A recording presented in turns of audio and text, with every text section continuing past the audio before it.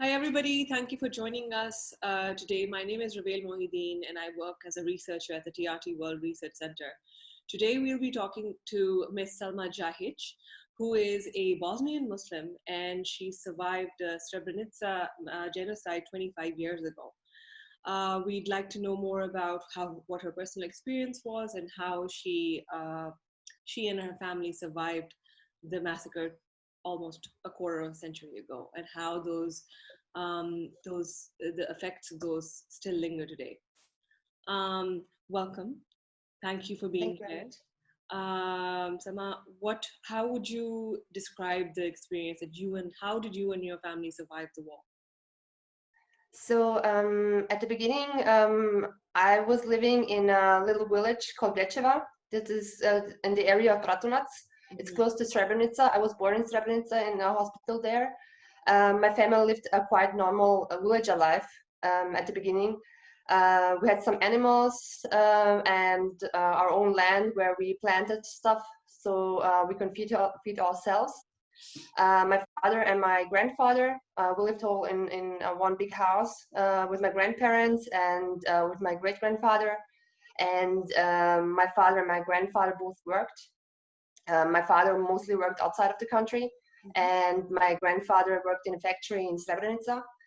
At the beginning of the war, my father was outside of the country. He was in Serbia, in Belgrade. He was working there, and the war started. He was separated from us. He couldn't return anymore, so he stayed there. And my mother had once contact with him, and she told him to leave Serbia as soon as possible and get outside of the country and try to flee some other country. We were stuck in Bosnia, in the area of Srebrenica. At the beginning, as I remember, the first thing that was noticeable is that all our Serbian neighbors just disappeared overnight. And the other thing is the first attacks, as I remember, were mostly directed towards electricity supplies in our region, radio stations, TV stations. So we were completely locked out of the world. We couldn't receive any news. We didn't know what was happening around us. So if you were able to hear radio or watch television in any way, you will hear and read Serbian propaganda. So you were kind of tricked by them. And at the beginning, when the first attacks in the nearby villages happened around us, my grandparents told my mother to go to Bratunac. That's the community that our village belonged to. To go there and try to leave our region towards Tuzla to a safer area. My aunt was living there with her family in Bratunac, so we got there. There was just peace, quietly, and we felt safe there. But the peace lasted only about 2 days. The first day that we arrived there, I usually played with a little girl. She was my age, Serbian girl. And that day, she told me her parents told her she's not allowed to play with me anymore. And I didn't understand what was happening. I just took it like she said it, and the next day they were gone.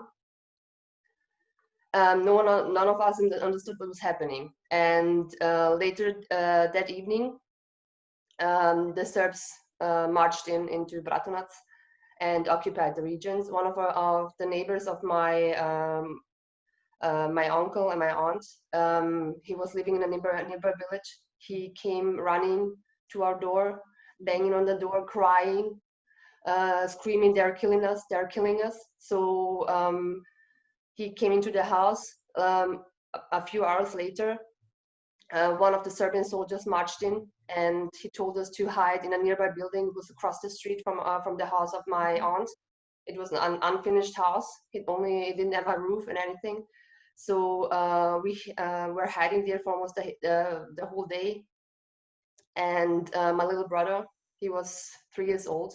He started crying because he was hungry and thirsty. So my mother grabbed him and sealed his mouth and nose shut, so he would stop crying. And the Serbian soldier who hit us, he started shooting around the house so that the cries of the child wouldn't be heard. And later, it was evening. It was almost night. nighttime, he came inside and told us to leave the territory there and move towards Srebrenica, because Bratunac was lost. We could hear screams outside, and the Serbs were looting the houses. They were breaking in and stealing the electronics inside and shouting for us to come outside from our hidings. So when it was dark, we left the building and we moved towards Srebrenica, towards our village. So we had to go over hills. It was quite pitch dark. The area was full of hills and forest was everywhere. So we weren't quite sure which way we were going, but we knew in that direction was Srebrenica and our village. It was dawn, as it was in the morning. When we arrived in our village, the first sunlights were seen, and around us, the villages that we were passing through were all burning. And we arrived in our village. My grandparents were quite shocked and angry because they thought we had left for Tuzla. So we were back, and they told us we have to move as soon as possible towards Pale and Srebrenica because our village was also under attack. So we stayed in Pale and in Srebrenica for a few days until our village was safe again. So we moved back to our village again. Our village was halfway destroyed, but we tried to make a living there somehow. The next attack was much worse. The whole village was totally destroyed. My great-grandfather died there.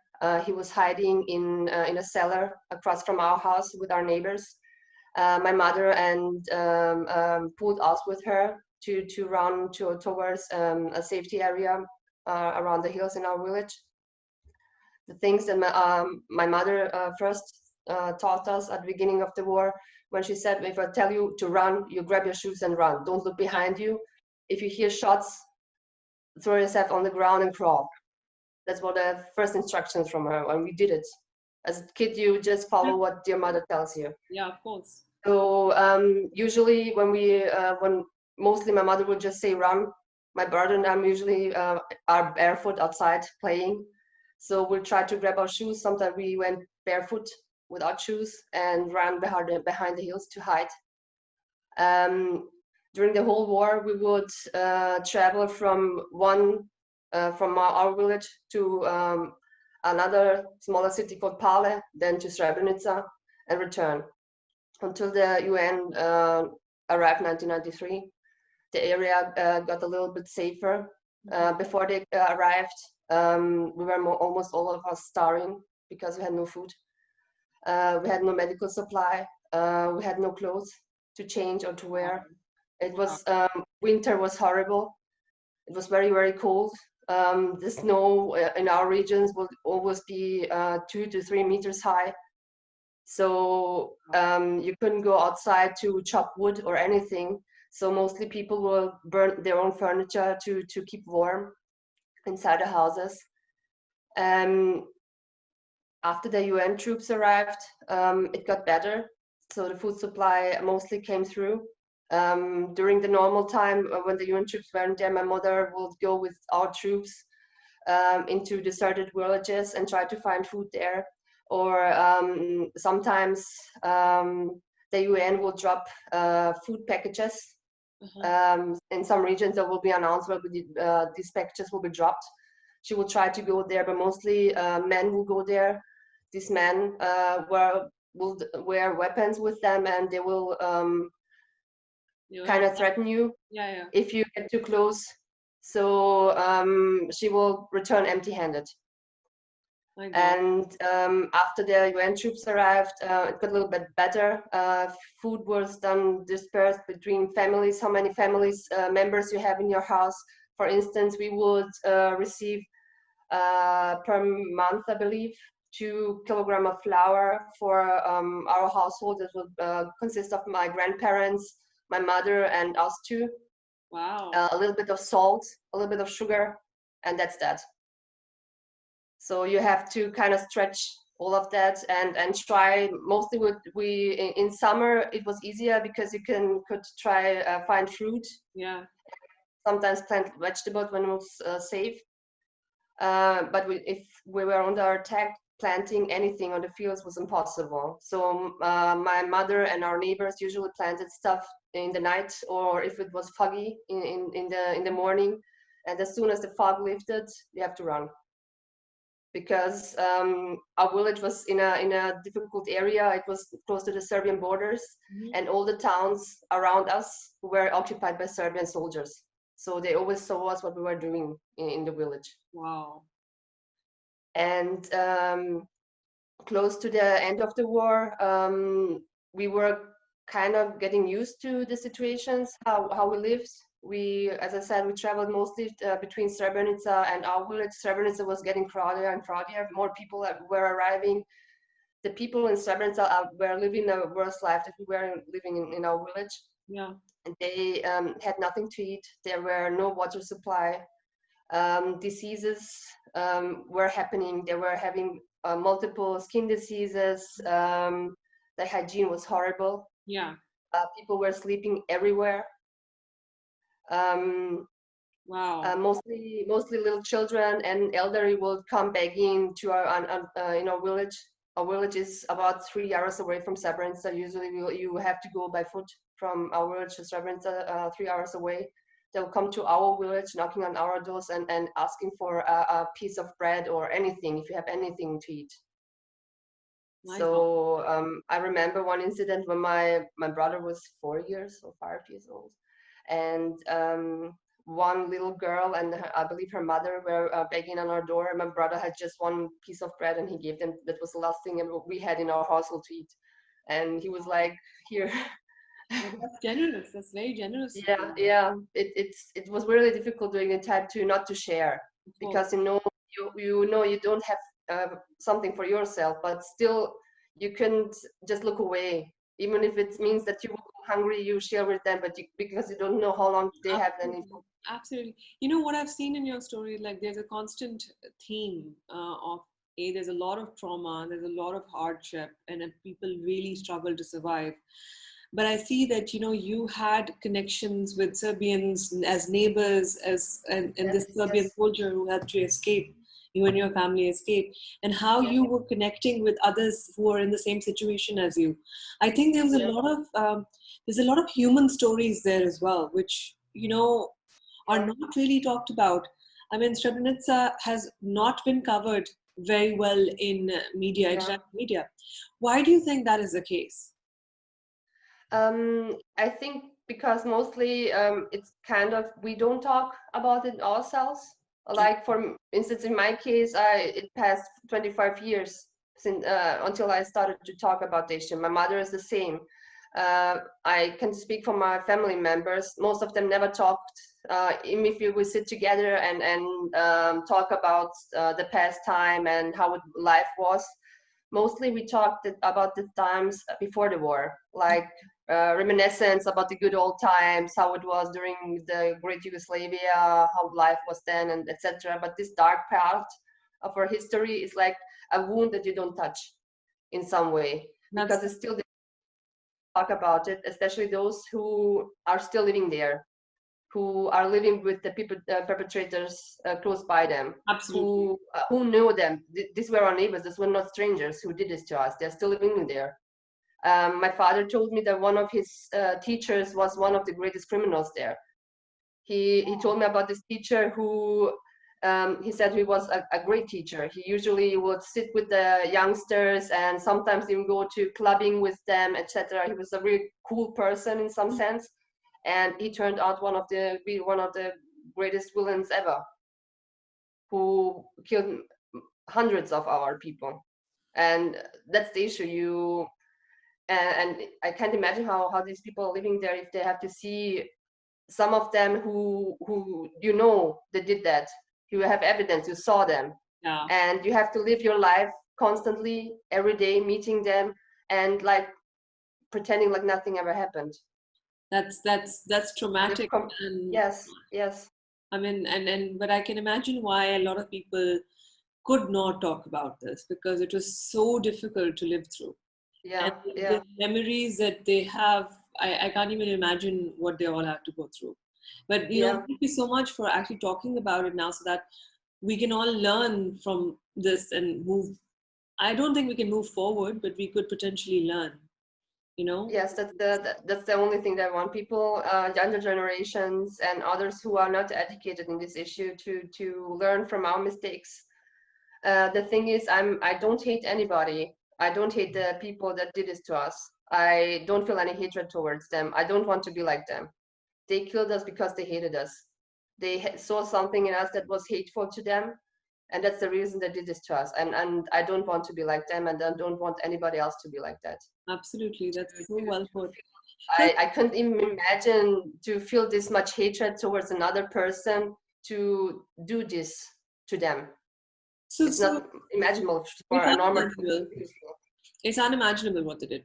Yes, Tell me, yes. like, I know you, if you and your family were, I feel very lucky to be able to survive that and move to other countries such as Austria. You moved there. How is it moving from Srebrenica and around those villages, that life, to completely perhaps new life called in Yes, yes. Austria? Tell me more about that.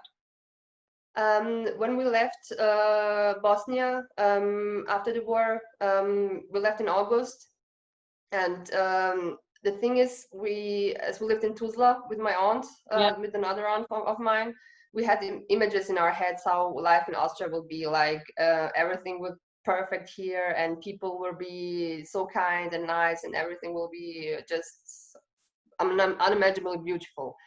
So as we left from Bosnia, we came from at start of the of our journey. We weren't allowed to leave Bosnia actually because during the time the politics. Our own politics, Mr. Ali Izetbegovic, our former president, um, told our government and anybody from Srebrenica is not allowed to leave the country, only towards the Netherlands, because of the UN soldiers okay, were also at okay, fault for what happened there. yeah, So they blocked our passes, and only my aunt, who was from living in Tuzla during the war, she was allowed to leave with her children towards another country, and we had to go on a legal route. A Serb helped us. We went through Mostar, at southern of Bosnia, through Croatia. We went under a different name, under a Croatian name. So Croatia was at the Croatian part of Bosnia, was as well in war with our own people. There was still a war zone, so we had to go under a different name to cross this area and go to Zagreb in yeah, Croatia. So as we arrived in Zagreb, my father also made contact with the Red Cross beforehand. Actually, he asked the Red Cross to help us get to Austria. The Red Cross denied them. He said they told him they won't help because it will be too risky for them to bring us back alive. So they were scared that we'll be attacked and we'll be killed on our journey. So we were left to fend for ourselves again. And somehow we made it quite lucky to Zagreb, and from Zagreb there we were able to legally leave the country to Austria. A priest from Austria, a Catholic priest, who was in contact with my father and with the Catholic Church there, who helped us enormously. They made all the papers, and he personally came with a car to Zagreb, where he picked us up and drove us to the Austrian border, where our father waited for us. The first time I saw my father, as I mentioned, I didn't see him for 3 years. I only knew him from a few pictures, and for my brothers, he was a total stranger. It was difficult to bond with him at the beginning because we were always clinging to my mother. But over the time, we came to know him again and live a normal family life. The thing is, after we arrived in Austria, as I said, it was August. In September, we had to start school. So I started in the first grade, and my brother started preschool. So we had to kind of leave the past behind without talking about it and just live like it never happened. People in Austria weren't not very kind all the time. They usually asked, yeah, well, when you return home. And my parents will tell them where to. everything is destroyed. Our own fields, our own land is full of mines. I don't know how many mass graves there are. Where should I return to? Should I return to the people they're trying to kill me still? It was not safe at the time to return to Bosnia for us. And my mother was constantly afraid that they will return us forcefully to Bosnia. She was constantly afraid of police officers. So if she saw him somewhere on the street, she would cross the other side. So she wouldn't come in contact with them. She constantly told us to keep our voice down, not to talk loudly in our own language, just like live like you're invisible, so that people won't notice you, because she was so afraid that something will happen and we'll be returned there. We never talked about things that happened in Bosnia. I believe 2003 they opened the cemetery in Potocari, and after they started finding the first family members of mine, until I believe 2 years ago, we had constantly someone to bury in Potocari from my family. So it was like every year, constant reminder. It was piling up inside of me. And after they found my grandfather, it was like something started to breaking inside of me. I couldn't keep silent. I was like, before that, I was like totally a standoffish child. I didn't talk about in my mother's language. Didn't want to have anything to do with Bosnian people. Like everything that reminded me of my past, I wanted to stay away from me. And I was always cold towards my family members, like keeping them away from me. I didn't try to make too strong bonds with other people, like keeping them constantly away from me. I had friends, but not good friends. Like people didn't know me that well, and I wanted to keep it that way.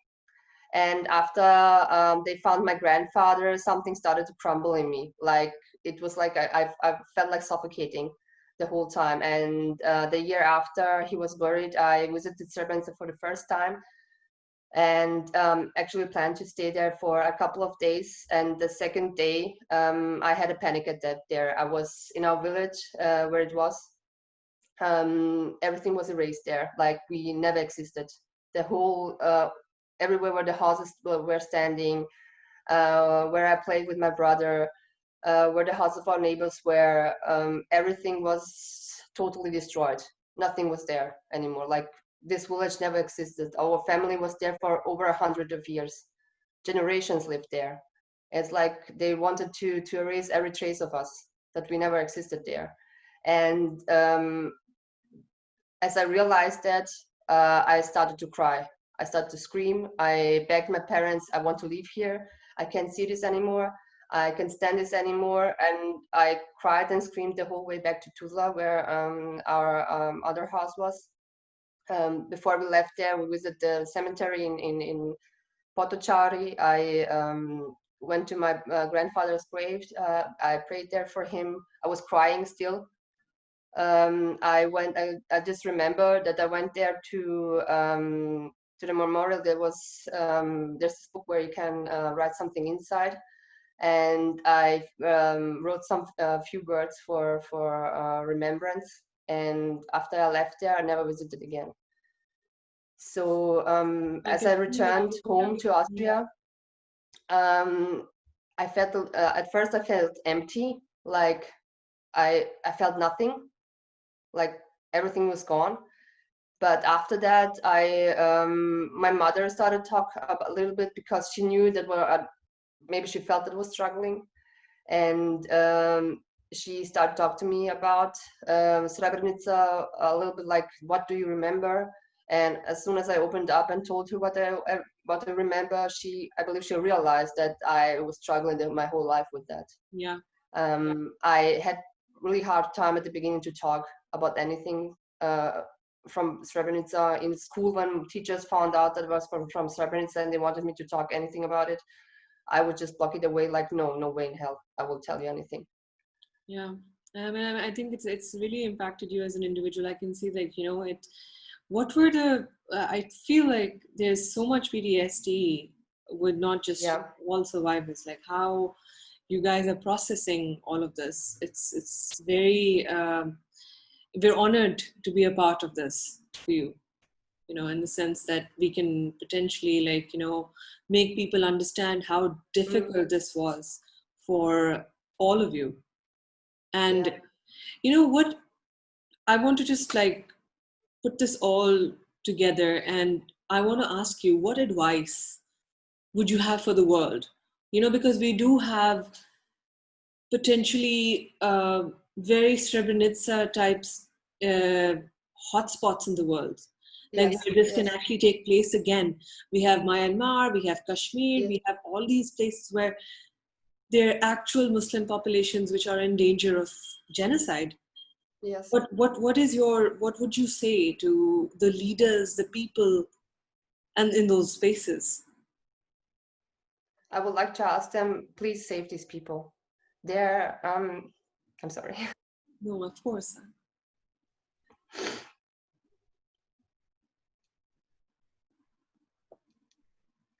No one deserves to die like that. To be erased from this space of world like they never existed. I'm so sorry to be forgotten at the end. Yes. And this is what they wanted, to erase us, to let us disappear, and I think they hope that no one will notice that we were there, that we will speak. And I will ask these people who are maybe living through that right now, victims of genocide somewhere else, be strong, document anything that's possible, what was happening there. Take pictures. I know I'm telling you, you maybe have resources where you have mobile phones, anything. You have to leave traces. One day you will need them to send to serve justice for that was done to you. I know it will be difficult to get help. There are so many people watching and not doing anything, and you will feel alone in your struggle and in your pain. But there are so many people outside who feel with you, who went through the same thing that you did, and who will stand with you always. And politics is you will never know what really happened. We will never know why this happened, because these people were our friends, our neighbors, sometimes our family members who did this. Yeah. So it's difficult. Thank you so much for letting us be a part of your story. And I know this has been a very difficult interview for you. Thank you very much for having me. Having the courage to speak out. Thank you very much for letting us be a part of your story. You're very welcome. Thank you. Thank you.